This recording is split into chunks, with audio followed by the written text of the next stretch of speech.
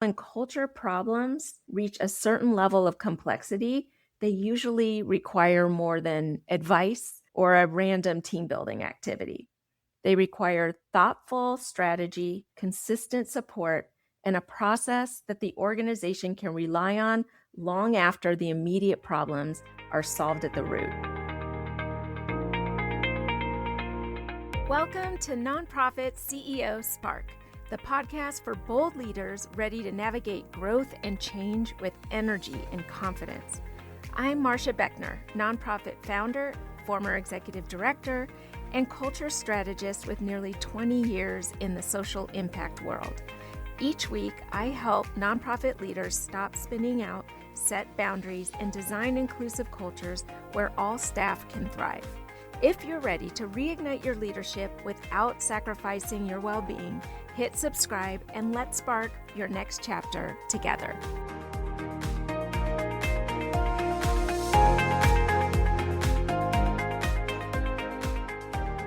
Welcome back to the show. I am Marcia Beckner. I'm so glad you're here. If you haven't had a chance to listen to the last episode in this Start Here series, please go back and listen. You'll get all the backstory on who I am and why I do what I do with nonprofit organizations. This episode is all about what it's like to work with me. And usually when nonprofit leaders reach out to me, it's because they're describing a very specific problem that has suddenly become urgent in their organization. Sometimes it's an HR investigation that has escalated. And sometimes it's the board is worried about legal or reputational risk from this HR situation that is getting out of hand. And other times it's a growing tension inside the team that the leadership team isn't backing you up. There's other problems like people are frustrated with each other. The vibe in the office feels off. You see people at a table that may be like not talking to each other, and the meetings feel like you're working with a group of people that are really dreading being there. And it even looks like they're disengaging. And what really worries you is that your high performers are like tired of working with others in the organization that are bringing people down. Sometimes the leader describes something more personal, and this is where things get a little scary for them. They tell me that they're not sure if they are the right leader for the organization in its next stage of growth. They feel like they're constantly reacting to situations when they'd rather be focused on the vision, the strategy, connecting the dots between policy and community impact. And they talk about needing help with difficult conversations because they're afraid to disappoint someone and they're afraid to feel misunderstood. They talk about staff members who are not performing well or behaving in ways that are destructive to the team. And they talk about the weight of responsibility they carry, and having to move mountains alone is a common feeling. Underneath all of those conversations, there is a quiet realization they feel like things have gotten out of control. And that's the moment when leaders decide they want support. And what we often discover fairly quickly when we begin talking is that these situations are rarely isolated incidents. They are signals, they are patterns. They are patterns that the culture of the organization has been evolving on its own rather than being intentionally designed. And when the culture develops by default, even very strong organizations start to experience strain over time. And eventually the signal gets louder. And sometimes these people complaints turn into HR investigations. And sometimes they lead to regrettable turnover that can cost up to 200% of a person's annual salary.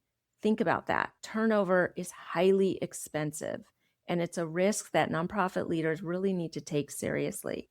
Sometimes they create reputational risk when the board is concerned that external community members, donors, funders are seeing this leadership high-profile turnover that is very expensive, and leaders and funders can really sense internal dysfunction and they will start to back off, which is a very high risk for an organization.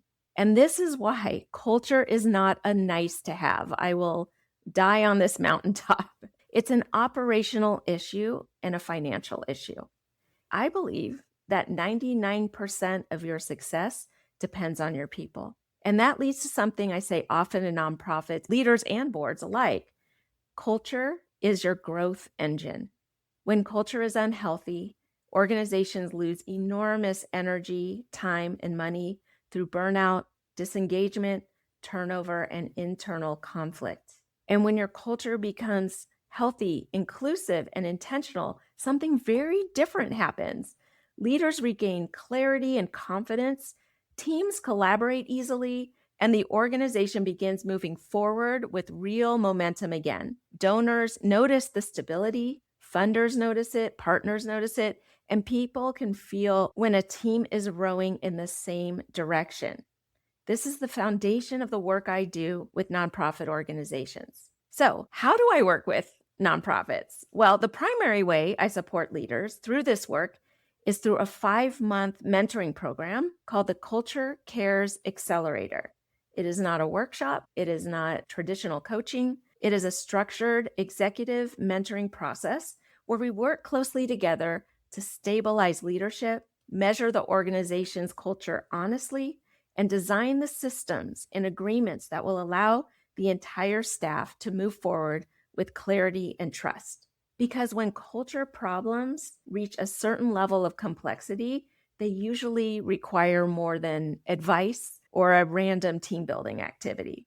They require thoughtful strategy, consistent support, and a process that the organization can rely on long after the immediate problems are solved at the root. And interestingly, the first place we begin is not with the staff or with the systems. We begin with the executive director and the CEO. Nonprofit CEOs and EDs carry such a high responsibility that often without a confidential place where they can step back and think strategically about what they are navigating, things can go awry. So many leaders tell me privately that they feel alone in their role. They wonder who they can vent to. And it's not just about venting, it's about problem solving.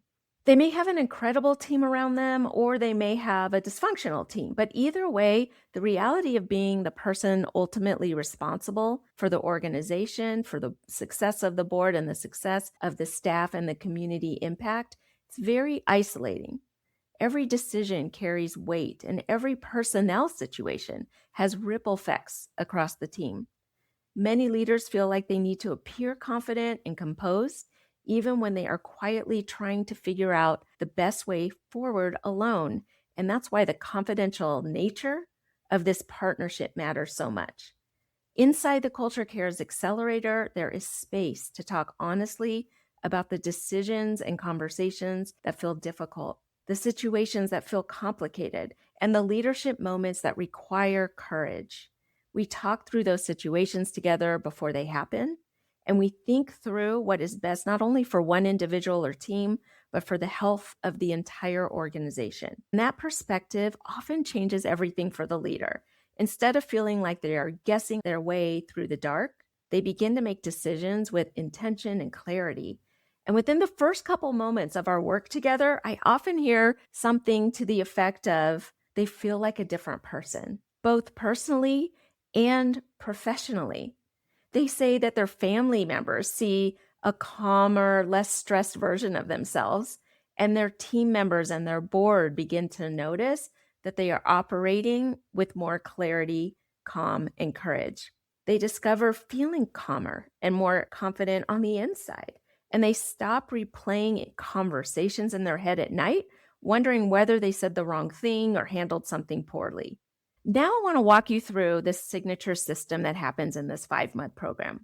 First, we focus on the leader, and we help the leader stop spinning out and set healthy boundaries.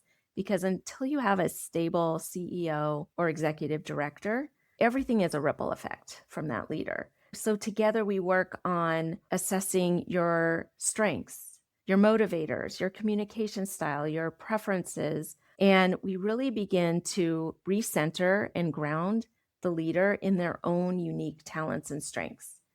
And then we do an energy audit, and we figure out where is energy leaking where it shouldn't be. And oftentimes leaders will tell me, oh, I know I should be delegating more. but I think it's just faster to do myself. That's an energy leak when there are other team members, perhaps that could take a lot of things off your plate so you can focus on the big picture of fundraising and board engagement and vision and strategy. You'll learn how to take your hands off of tasks and delegate effectively. You'll free up the mental space and recalibrate a balanced workload. And this is where they often tell me, wow, I feel like a different person now that I've had a chance to step back from all the tiny details. And you'll notice that you're leading with more confidence and conviction.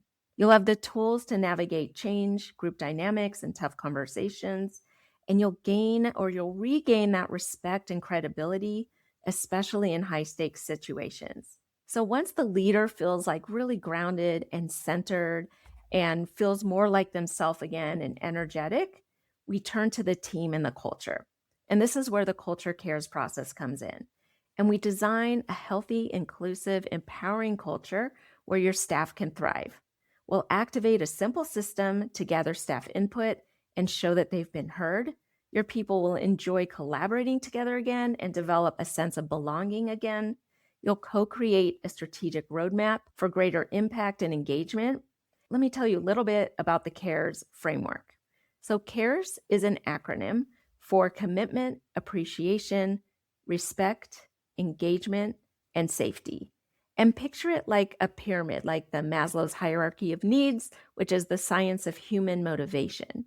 And I'm a psychology major myself, an organizational psychology major. So I've always been a geek around what makes people tick and how can we improve dynamics so that they work better together and ultimately enjoy going to work, which is what we want for our people to enjoy going to work, to enjoy who they're working with, because that's how you get the high performance and the high productivity that you need to achieve your mission. So we've got that pyramid with CARES at the top. The C of commitment is at the peak, and that's a culture of accountability. And we want our team members to have a sense of ownership over the culture that you're building together. This isn't just a CEO executive level job building culture. What CEOs and executive directors can do best with building culture is to set the tone. Say that I'm building a culture that is healthy, empowering, and inclusive. And I want everybody to join in to the building process. And that's where the CARES framework is what we measure with the staff. So the C starts as a culture of accountability where everyone shares accountability for doing this work together. And then we've got A, which is a culture of connection. And it's really a way of recognizing and appreciating and valuing people. And what I find when I'm doing the CARES process and strategies with lots of organizations is that appreciation could always be better in every organization. And it's not that you're doing it wrong or failing. It's just one of those systems that you've got to put in place. And once it's activated, it goes on its own. It stays top of mind because ultimately people want to feel valued, respected, and appreciated at work. And that's how you can access the best parts of each other. And then at the center of the CARES pyramid is the R, which is respect. It's a culture of inclusion. And I know every nonprofit leader listening to this now knows that this is what they want to build. Diversity, equity, inclusion fits right in the center. It is a stamp that everything revolves around a culture of inclusion. It's building that sense of belonging inside your team, because once you have that sense of belonging, everything else can reverberate and work stronger in your organization. And then we have E, which is engagement. And this is a culture of learning, growth, development, motivation. People go to work in organizations so that they can advance and they can learn and they can become better. Hopefully, those are the people that you've hired in your organization that are there to, accelerate their own learning path and work where they're passionate for a cause that they're passionate about. And so this engagement is really critical. And then the base of the pyramid is S, and that's safety. It's building a culture of psychological safety and security. And the reason it's at the base and why it is actually the most important level to get right is because you want people to feel safe in order to do their best work. If people are coming into an environment of fear and threat, and they're not sure if when they share an idea, if it's going to be shot down or if their voice is truly going to be heard, you're not going to be able to get that culture of inclusion and connection that you want. So again, the CARES process is commitment, appreciation, respect, engagement, and safety. And how we start this part of my signature system is that we measure. I have a 27-point assessment. It's anonymous. We send it out to the staff and we get their honest feedback. And we see where we're at the baseline. And with no judgment at all, we all start somewhere. And if it hasn't been measured this way in the past, then there's going to be areas of strength and areas of growth. And we take it as data. And this is a very data-driven approach to seeing where your culture is today and developing a roadmap for the future. So after we get the results, we aggregate the data and we share with the staff in a transparent way. This is where we are today. And together, we're going to co-create the CARES roadmap going forward. And so then we design together the next 90 days to address all of the issues and to figure out where our strengths are so we could double down on those.